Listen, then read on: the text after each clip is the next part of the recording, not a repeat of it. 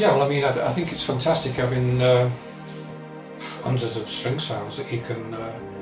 That's what I do sometimes. Just search through until I find something that just does more than what you actually was expecting. It's part of the writing process. But then again, there's other times where I just know that I want the Elka Rhapsody, and that's just very exciting to know that you've got it at your fingertips. I mean, my album I've just done now, Doppel, the third track, Tremolo Shudder, has got quite emotional change in it, which gets a little bit heavier, a bit more rocky.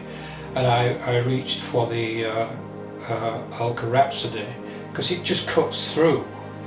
But it's been a learning curve as well, because I can hear what some of the other instruments, string synths, sound like that I've never used before, you know.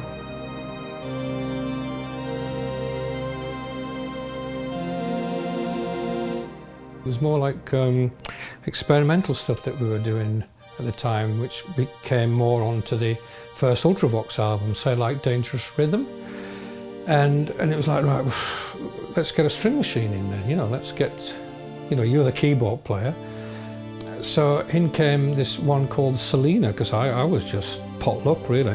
And I played it and it was so weak the way it faded in, and it was trying to emulate a sweetness of a violin from someone, I think, who hadn't even ever played one. That's what I got from it. It was very middle of the road kind of what your mum would like, Mantovani or something. It was like trying to emulate that area, and that did not appeal to me at all. Whereas the Elka Rhapsody just had a character. It was emotional, and it cut through. The Elka was used on, like I say, Dangerous Rhythm with the high melody at the end.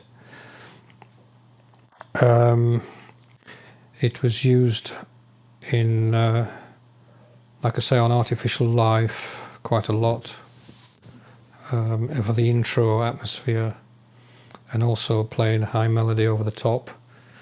I can't think off the top of my head on that album. Oh yeah, of course, Hiroshima Mon Amour.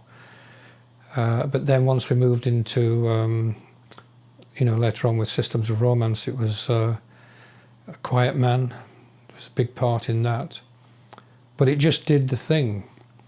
You know, if we were going on to the chorus there, I remember doing that. I can literally remember doing it, because we used to write together sometimes. John used to come over to me and go like, oh, got this chorus here. And he would and he was doing the dum as the tone of the chord. And I said, no, it should be the fourth of the chord resolving. So it's actually really not in E to D, it's in B to A major. And when you got this with some echo on, because I'd always got echo on it, got echo on everything in those days.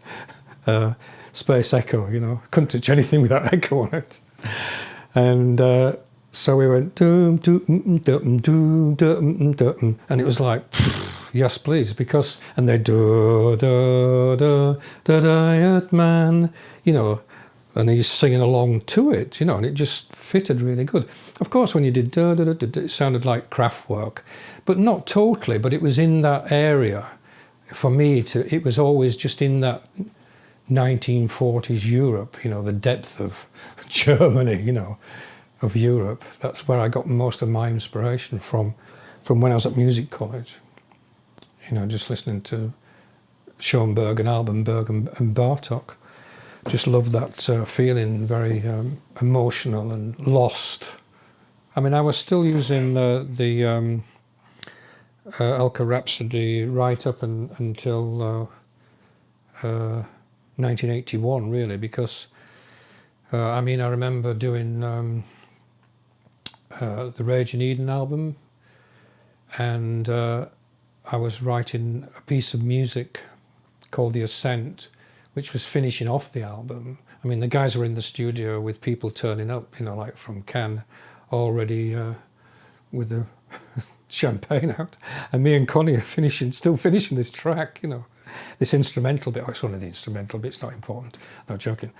But the Elka string was just absolutely perfect. It couldn't be anything else, just these chords, you know, and it was just in that area of matched with the violin. It had empathy. So when I did that track, The Ascent, that actually stopped and went into a section playing the violin, and the two going from one to the next was just great, just worked, you know. So the strings, again, the Elka Rhapsody was that whole middle section of the track Vienna. Of course, you've got to talk about Vienna. That's interesting because the chorus, I played it on the SS30. The SS30 worked for the chorus of that because it was quite violinistic from an orchestra. I was talking to the guys from Mellotron at your Bright Sparks thing, and they were asking me about that, and they're saying, oh, we would have done, you missed an opportunity then, we would have sustained it, those chords, it would have sounded amazing. In fact, we did do it, because what I felt it needed was not sustain like what I would have done with the Elka Rhapsody, but to just get the ADSR right, so it goes dum dum dum dum, so it dum dum, so it just hangs over a little bit, and that's kind of violinistic, an orchestral way of doing something, again, which a non-classical keyboard player would have probably not looked into. I know that sounds like I'm being a bit arrogant, but it's really like, go like that, dum, dum, da, da, da, da, you know, and that was great. But when you get into the middle section, I know it starts off with cello, which is from the SS30 cellos, great sound. But when I came in with the dum dum in the middle section, the full-on more orchestral sound, that was an Elka Rhapsody. So Vienna was a mixture of the Elka Rhapsody and the SS30. Just playing certain parts which suited one and the other. The middle section suited the Elka Rhapsody and the chorus suited the SS30 because you could do a very slow fade in and add that. You were able to create a feeling of a bow without it sounding naff like the Selena. I still have to do scales to bloody limb, you know, to get going again.